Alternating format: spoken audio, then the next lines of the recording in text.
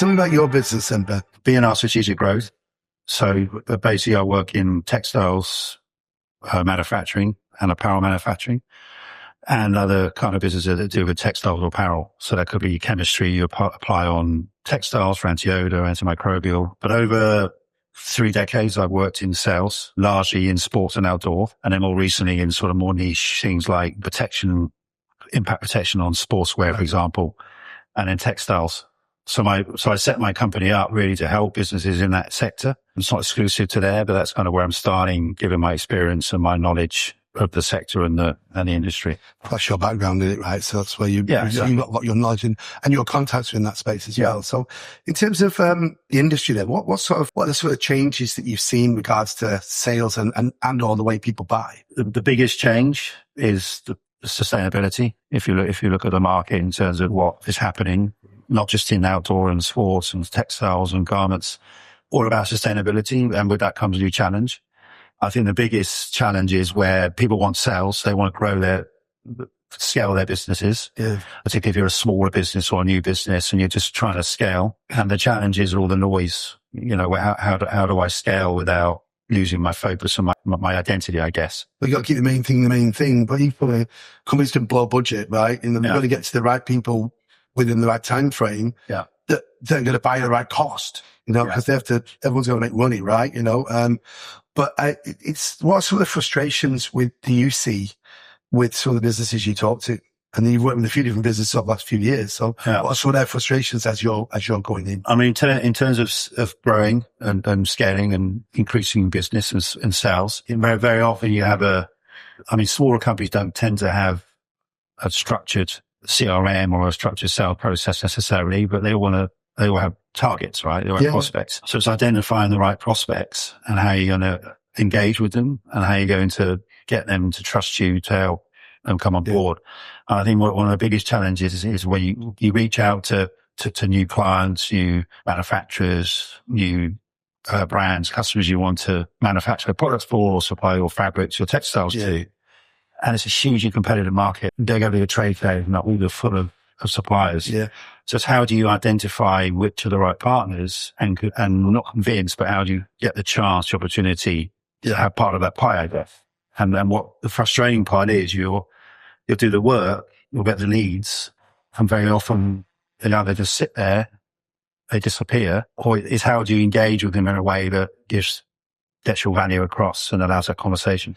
And I suppose it's a dangerous market because I think you're buying the same thing, but obviously the quality issue and deliverability. So if I was to work with, if we was to partner up with someone like yourself, obviously to help them with that sales, you're going to make sure those sales happen. Anyone can win business on price, right? But you're going to lose it on price. Yeah, but again, most of my career I worked on premium products. So I've been selling the highest service or the highest then price. It comes down to quality then, doesn't it? It comes down to service quality and delivery. And I think, again, there are customers out there that want the cheaper solutions, there are customers that want the cheaper manufacturing.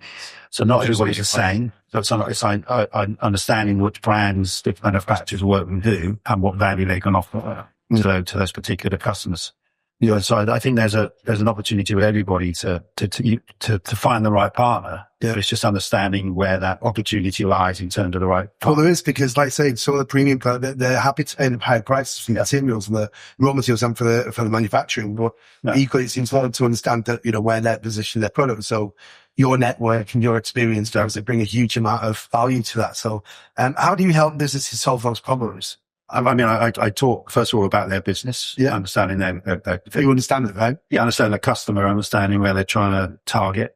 Number one thing is I don't know their company, right? I don't know, even though I think I might know their business, I don't necessarily know their business. Deep dive. You do a real so you do a deep dive, you go understand their challenges, what they're trying to achieve, and then from my experience and understanding the network, understanding different geographical locations. I work internationally. Who's the best manufacturer? Who's the best brand? Yeah. What is it that you're trying to achieve for your garment? For example, is it a performance garment? Is it fashion? Is it lifestyle?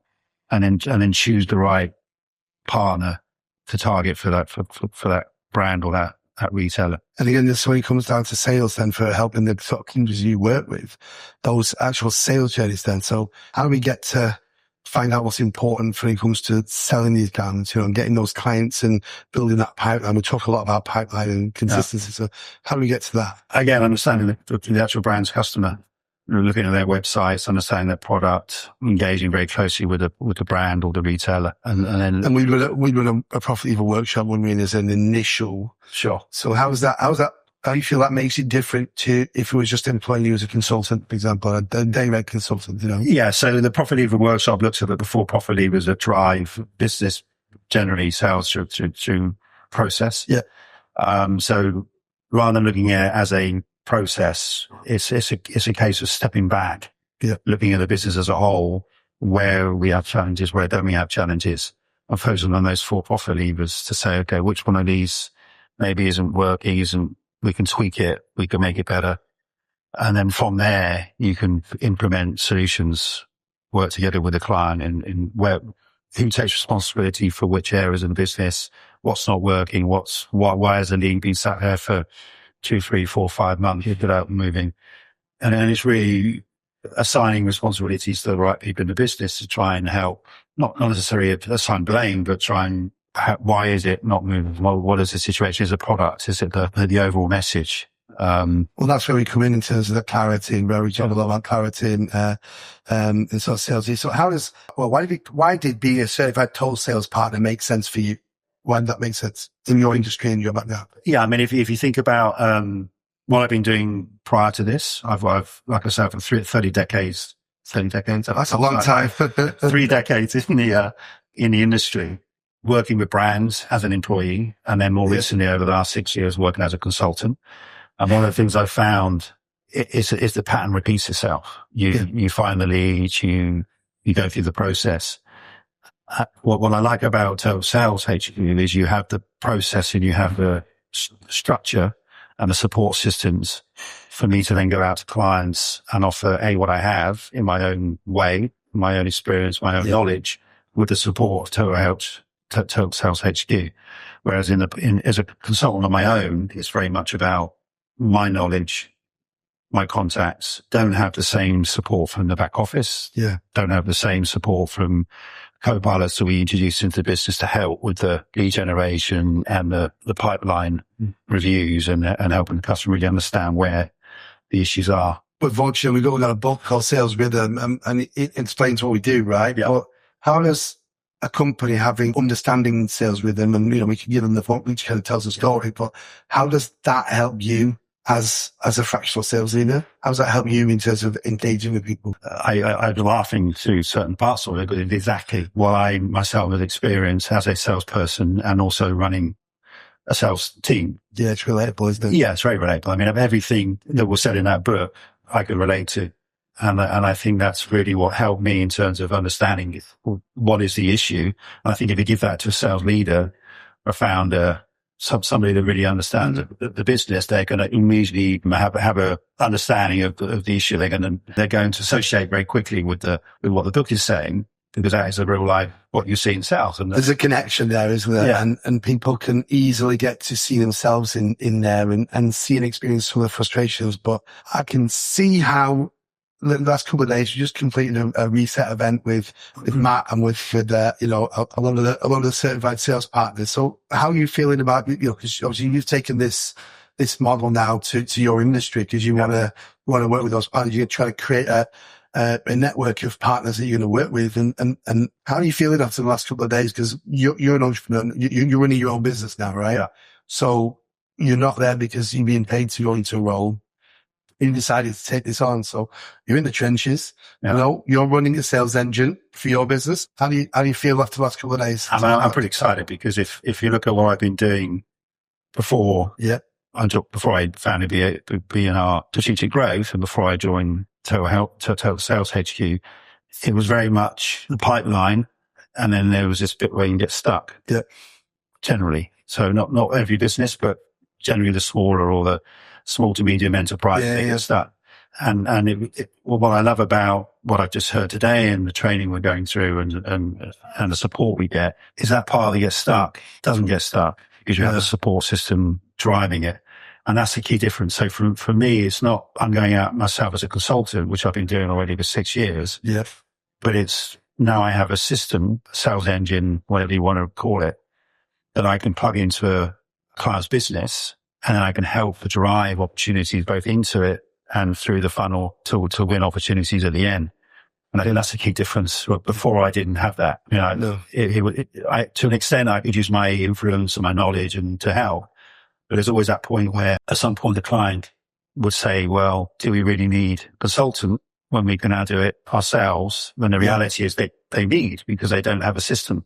And what we do now is we have a system, but we help to nurture the leads and pass them through the other end. And that's where, if you look at any business without that level of detail, I think you'll find they've all got a pipeline that sticks.